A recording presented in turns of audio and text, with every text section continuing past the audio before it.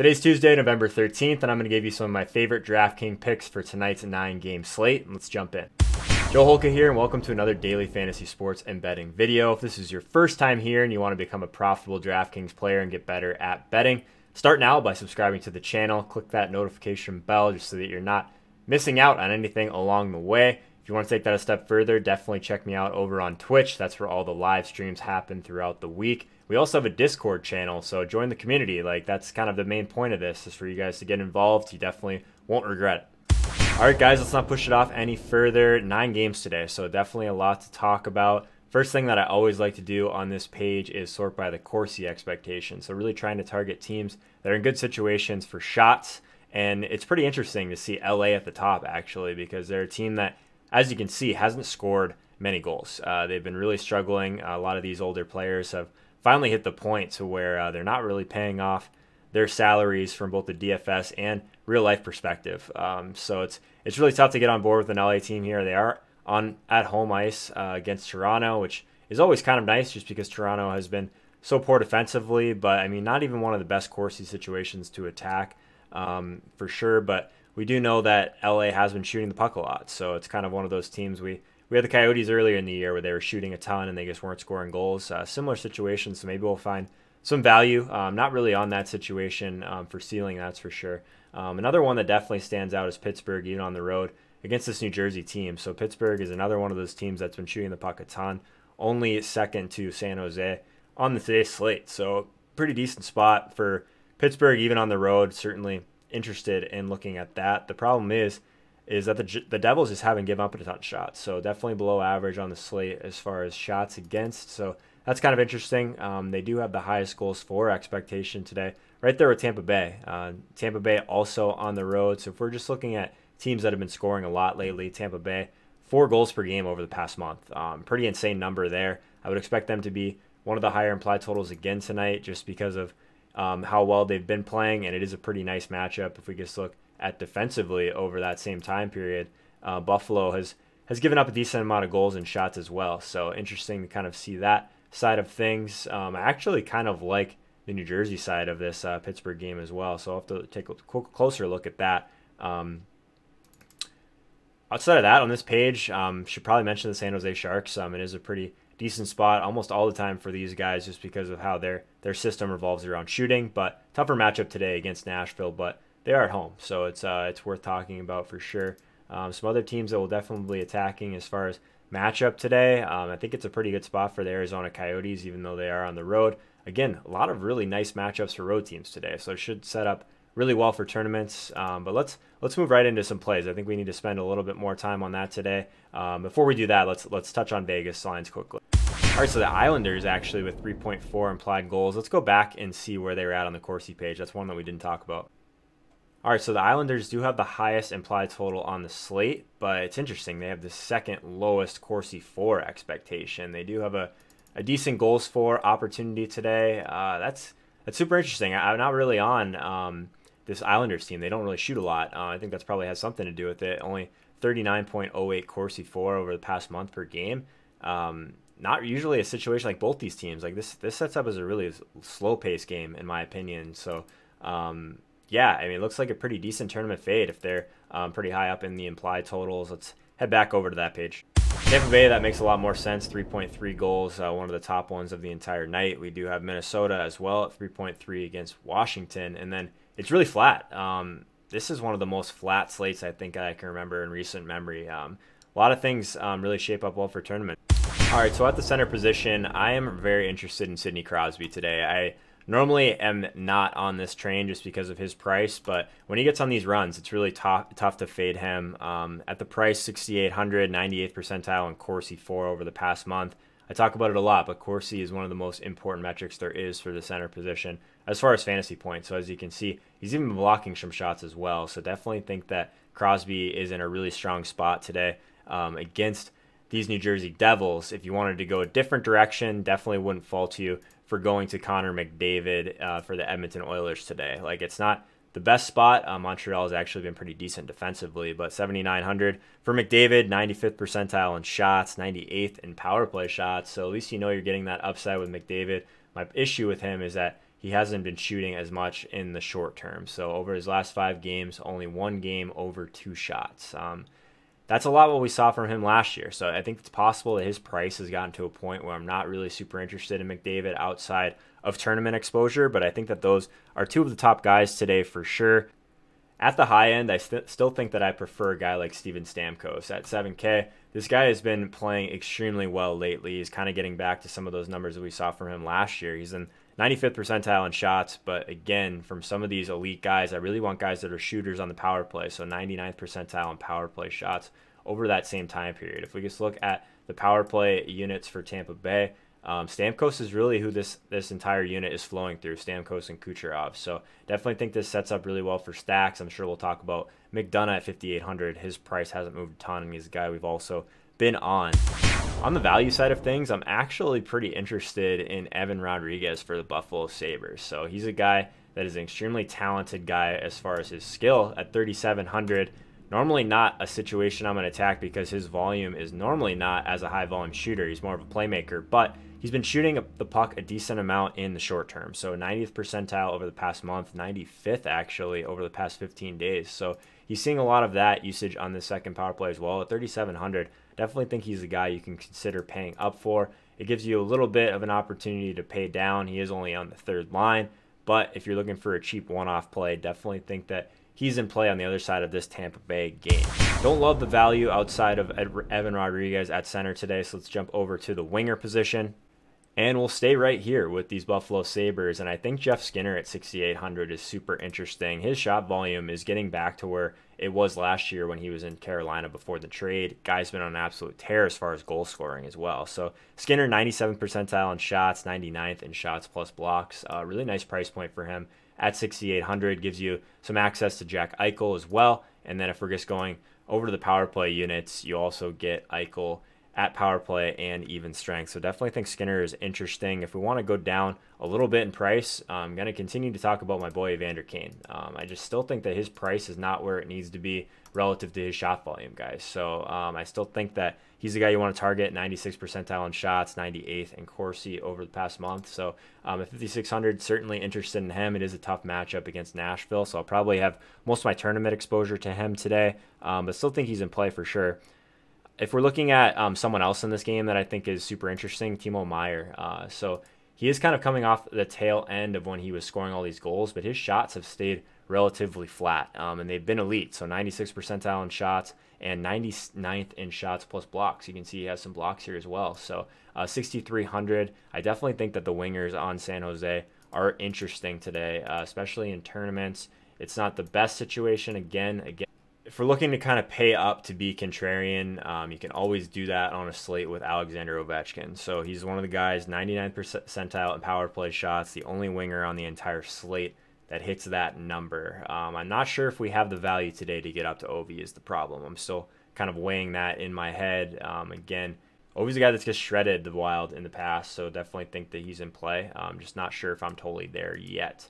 On the value side of things at the winger position, again, there's just really not a lot to love today. If you really want to get crazy, I think that there's kind of an argument for Bratt over for the New Jersey Devils. Probably should have mentioned Palmieri as well. Palmieri in that top line for the Devils, definitely in play, even with Zajac at center today. But if we wanted to go to Bratt at 3,400, similar to the Evan Rodriguez play, he's a guy that's just coming back, but has had decent shot value in the few games that he has been back. So kind of more of a short-term play there. Again, there's just really not a ton, guys, at the value side of things today. It's really shaping up to be kind of a mid-range slate for me, at least. So it's going to be really hard to get up to the Connor McDavids. It's going to be really hard to get up to the Sidney Crosbys.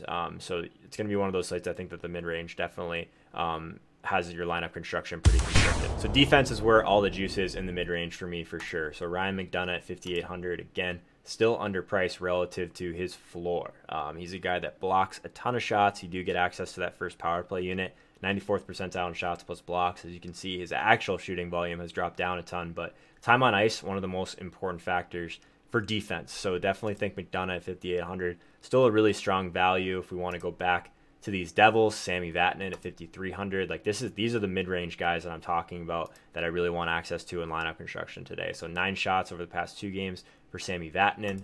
Definitely think that he's one of the top peripheral options, 99th percentile in shots plus blocks over the past month. So I really like him. And then these Pittsburgh guys. So I think that getting to Chris Letang today is definitely going to be a priority for me. 6,200. It's a really nice way to get kind of a roundabout access to Sidney Crosby if you can't pay up at center. Definitely think Letang is a guy that's going to correlate really well with a lot of those guys on the first power play unit. So another guy that's going to give you shooting volume, 98th percentile in shots, and decent Corsi as well, leading the entire slate at the defense position in Corsi. Mentioned the San Jose guys, Burns and Karlsson. We're getting to the point now where it's another really big salary discrepancy between these guys. So Erik Karlsson just hasn't really been getting it done on the score sheet, but his shot volume's been there. So he's a guy that has never really failed to put up points in the past. So I think there's a chance that Karlsson gets back on track today. So I'm definitely looking at him at 4,900, 96th percentile in shots, 97th in Corsi. The points just haven't been there. And I think that is going to kind of regress back to his longer term mean sooner rather than later. So the best way, in my opinion, to get kind of access to Connor McDavid today is going to be through Oscar Klefbom. I think that he, at 5K, again, a lot of these really kind of mid-range defense options are the ones that I'm targeting. So he has seen his shots dip over the past couple games, and he hasn't been blocking as many shots as well. So again, with McDavid, Klefbom is only going to be a tournament option for me today in this matchup against the Montreal Canadiens, but I definitely think that he needed to be discussed. So on the value side of things at defense, it is a little bit nicer than a couple of the other positions. So one guy that I'm looking at is Boychuk. Again, I'm not super high on this game, but I think if we go to Boychuk at 3,300, gives us a ton of savings, and he's a guy that is always going to be shooting the puck. But 3,300 in this high total game, definitely something that I'm interested in. You can even pair him with Pulock at 4,200, another guy that shoots the puck a ton as well.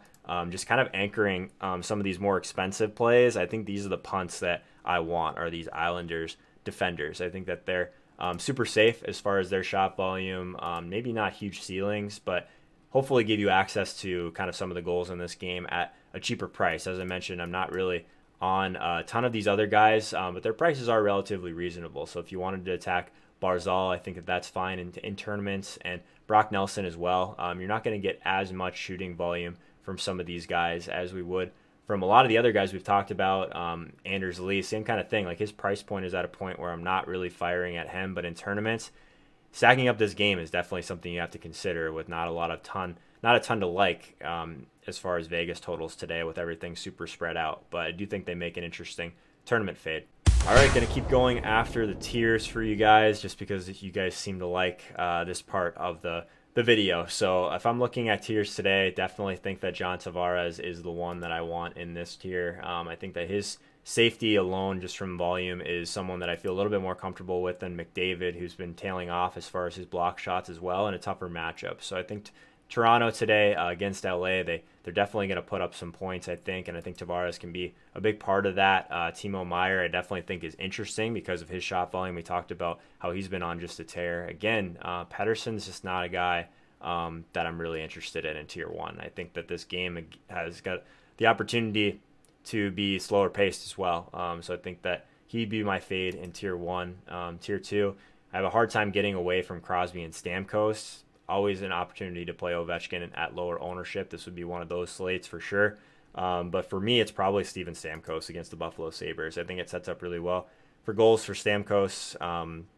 Feel a little bit better about his floor than Crosby's, but I think that Crosby, if we're going to stack up Pittsburgh, which is something you can do in tiers today, I think he's going to be more of a correlation play for me in this tier. I think Jack Eichel will definitely be the lowest owned. But yeah, he's probably the clear 4th option for me. Tier 3, this is kind of a tough tier. I did mention Jeff Skinner, so I think he's probably going to be my guy as far as cash games go, just because of his floor, how much he's been shooting, almost getting back to those Carolina numbers. I think outside of that, maybe you can make an argument for Riley, especially with your Tavares stacks as well. I think he's kind of the tournament pivot in this tier. If we look at tier 4, Nikita Kucherov, I think that he makes a ton of sense with the Stamkos stacks. He's kind of the guy I'm locked into right now. If you do want to roll out some McDavid, always kind of an opportunity to get Draisaitl. Tier 4 seems a little bit steep for him, but I could see going to him in some tournaments. The other options in this tier are kind of thin.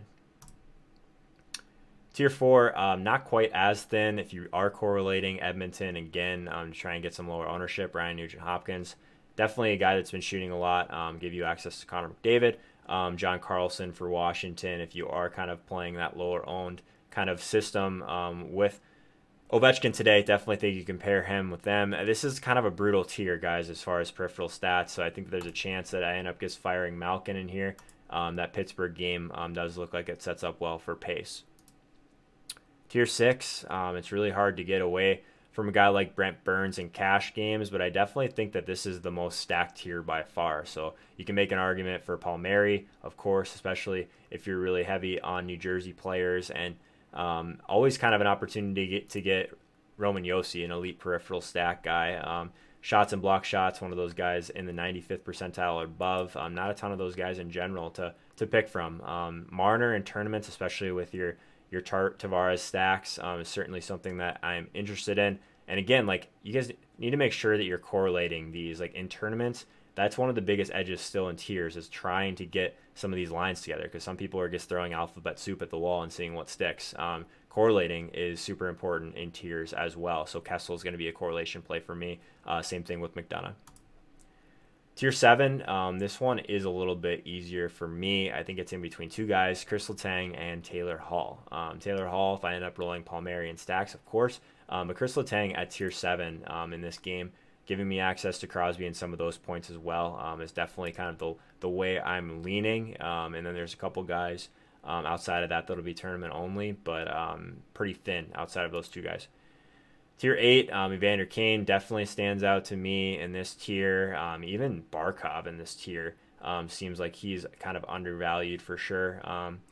Yeah, outside of that, there's not a ton. Kane, just until he starts scoring a little bit more goals, he's going to be in these lower tiers, and you're always going to get a nice shot volume from him. All right, going to go ahead and end there for today, guys. Go ahead and subscribe to the channel. Hit that notification bell if you haven't already. Going to continue to do these breakdowns for you guys, as well as bring in some props as well. I'm really going to try and expand the content on this channel in the near future, just trying to get everything set up as well with the Discord and Twitch. Again, join the community if you haven't already. We've had a lot of great discussion before these NHL slates, so definitely think that you're doing yourself a disservice if you haven't checked out the Discord. Again, links below for that kind of thing. So check out the live stream tonight. Going to be going over my NFL $1,500 entry lineup in a DraftKings tournament from last week, week 10. So definitely be sure you're keeping an eye on the NFL stuff as well. Going to continue to do multi-sport for you guys. I love the NHL stuff. It's been great to kind of interact with a lot of people in Discord that really enjoy the NHL stuff as well. So if you have any kind of questions about today's slate, or if you just have want to see some different content in the future, definitely let me know in the comments below, and I'll talk to you guys soon. All right, good talk. We'll see you out there.